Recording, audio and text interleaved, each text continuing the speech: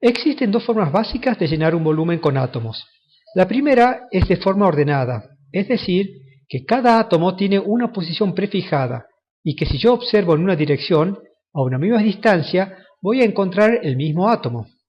Es como colocar átomos en una hoja cuadriculada, siempre en los mismos sitios. Los átomos en los sólidos se están tocando entre comillas, unos con otros, como en estos casos. Como es difícil graficarlo siempre así, lo hacemos por ejemplo de esta manera. A esta estructura se la llama estructura cristalina. La otra forma básica de llenar un volumen es en forma desordenada, como se muestra en estas figuras. En este desorden atómico no voy a encontrar la misma especie de átomo si me muevo en una dirección y dando un mismo salto.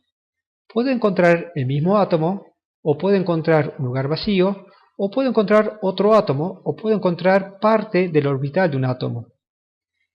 Esto sería como colocar átomos en una hoja cuadriculada, pero hecha por un niño de 4 años, o por nosotros, depende. Existe una tercera forma de llenar el volumen con átomos, que es con cuasicristales, y que solamente la mencionamos pero no la vamos a estudiar. La forma ordenada de llenar un volumen tiene 14 y solo 14 posibilidades. Se llaman las redes de Bravais o 14 tipos de cristales. Cualquier otra forma que yo elija para llenar un volumen que no sea estas 14 formas o una combinación de ellas, va a resultar en algún tipo de desorden. Si hacemos una analogía con la superficie, vamos a ver que existen ciertas figuras que pueden llenar una superficie sin dejar huecos. Por ejemplo, algunos triángulos, cuadrados, hexágonos, rombos, etc. Y otras figuras que no logran llenar completamente el espacio, como por ejemplo pentágonos, octógonos, etc. Lo mismo ocurre en el volumen, en donde solo 14 figuras geométricas pueden llenarlo perfectamente, y son estas 14. Las más simples son la cúbica centrada en el cuerpo, que tiene un átomo en el centro, y la cúbica centrada en las caras. Las 6 caras de este cubo tienen un átomo en el centro. Por ejemplo, la celda del cloruro de sodio corresponde a esta, llamada FCC, Face Cubic Center, o cúbica centrada en las caras. Si nos fijamos bien, los átomos de color amarillo coinciden con todos los de esta figura. Por otra parte, los átomos rosados también coinciden con los átomos de una FCC, nada más que están desplazados de la FCC original. La red hexagonal compacta, que es esta, es un caso particular de la hexagonal simple. Son dos hexagonales simples desplazadas una de otra como muestra la figura. De las 14 redes de Bravais, nosotros solo tenemos que acordarnos de estas tres. La BCC, que sería Body Cubic Center, la FCC, que acabamos de ver, y la hexagonal compacta, HCP. Estas tres redes cristalinas son las que utilizan la mayoría de los metales. Aquí las tenemos nuevamente separadas del resto a las tres redes cristalinas que utilizan la mayoría de los metales. Por otra parte, los cerámicos también utilizan estas tres redes. Por ejemplo, acabamos de ver que el cloruro de sodio utiliza la FCC, pero no es lo común como en los metales. Los cerámicos utilizan las 14 redes de Bravais. Incluso hasta estructuras complicadas como esta están confeccionadas a partir de algunas de estas estructuras. Por supuesto, el diamante también. Bueno, esta es la forma en que solidifican generalmente los metales y los cerámicos. Solidifican o cristalizan porque al solidificar forman cristales. Solidifican con varios de estos edificios cristalinos, como se llaman al conjunto de cristales, o más comúnmente granos. Lo veremos a continuación. En el estado líquido, los átomos están desordenados, no forman cristales. Se dicen que son amorfos, que no tienen una forma ordenada de acomodarse los átomos. Supongamos que tenemos un metal que comienza a solidificar. Aquí tenemos el líquido, que es un amorfo, y aquí tenemos 1, 2, 3, 4, 5, 6, 7 granitos que comienzan a solidificar, a cristalizar.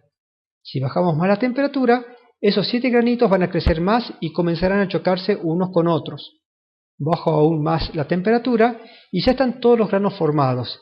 Y en donde hacen contacto unos con otros, en esa región que está desordenada, porque los átomos de esa región no pertenecen ni a uno ni a otro grano, se llama borde de grano.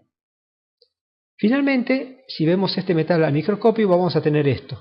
Los 7 granos ya sólidos y estas líneas que son los bordes de grano. Miren, estos son los 7 granos que crecieron a partir de estos 7 núcleos. Estas son dos fotos sacadas en un microscopio a unos granos de aluminio en el plano y en 3D. Tengan en cuenta que estos 7 granos son todos del mismo edificio cristalino. Así, por ejemplo, en este caso, son todas celdas BCC, nada más que cada edificio cristalino tiene una orientación distinta. ¿Puede haber granos con distintos edificios cristalinos, por ejemplo, FCC y HCP? Sí, puede haber, pero eso sería complicarnos ahora. Por ahora, pensemos que son todos una misma estructura cristalina. El hecho que los metales y cerámicos estén formados por cristales es lo que les da formas afacetadas a algunos minerales. Aquí tenemos algunos ejemplos. Hemos visto cómo se acomodan los átomos en los metales y en los cerámicos. ¿Y en los polímeros?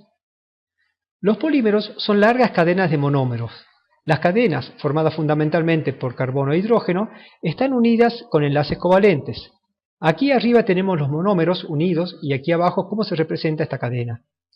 Las cadenas entre ellas pueden estar unidas de dos maneras. Solamente a través de enlaces débiles de puente hidrógeno, como en este caso, o también pueden presentar de vez en cuando una unión covalente entre las dos cadenas, como en este caso. La unión se hace a través del átomo de carbono. En el primer caso se llaman polímeros termosensibles, es decir, que son sensibles con la temperatura. Y en el segundo caso se llaman polímeros termorresistentes o termoestables. Uno puede darse cuenta que, si bien cada molécula tiene un orden, la cadena en sí está desordenada. Aquí tenemos ejemplos de 4 polímeros, 2 termosensibles, en este caso vemos las cadenas desordenadas, pero en este caso vemos que en ciertas regiones las cadenas se ordenan de manera tal que existe un patrón cristalino. Este polímero es parcialmente cristalino, mientras que el anterior, este es amorfo. Un polímero termorresistente con varios enlaces covalentes entre cadenas, los puntos rojos representan los enlaces covalentes, y un polímero con unos poquitos enlaces covalentes entre cadenas. En este caso se trata de un elastómero, que es la goma o el caucho. Finalmente, en la última diapositiva, llegamos a los vidrios. Los vidrios son amorfos. En el ejemplo de la figura tenemos una estructura de óxido de silicio perfectamente cristalina y se llama cuarzo. El cuarzo es cristalino. Vamos a ver mejor cómo es la red de cuarzo en 3 dimensiones. Tiene esta forma. Cada silicio está unido a 4 oxígenos. En este caso, el oxígeno estaría aquí arriba o debajo del silicio. En cambio, cuando el cuarzo se hace amorfo, ya no es una red perfecta, se hace vidrio y se llama vidrio. Aquí abajo tenemos 2 tipos de vidrio. Un vidrio de sílice o simplemente sílice amorfa y un vidrio de sodio. Vidrio común, vidrio de frascos o de ventanas, por ejemplo. Los amorfos, cuando se forman, no tienen bordes de granos como los cristalinos. Un vidrio es como si fuera un solo grano desordenado. Lo mismo ocurre en los polímeros. Incluso si los polímeros presentan una estructura parcialmente cristalina, se puede hablar de tamaño de grano, pero en un sentido distinto al de los cerámicos y de los metales, porque esencialmente esos granos están unidos por las cadenas y no separados. Fin del tema.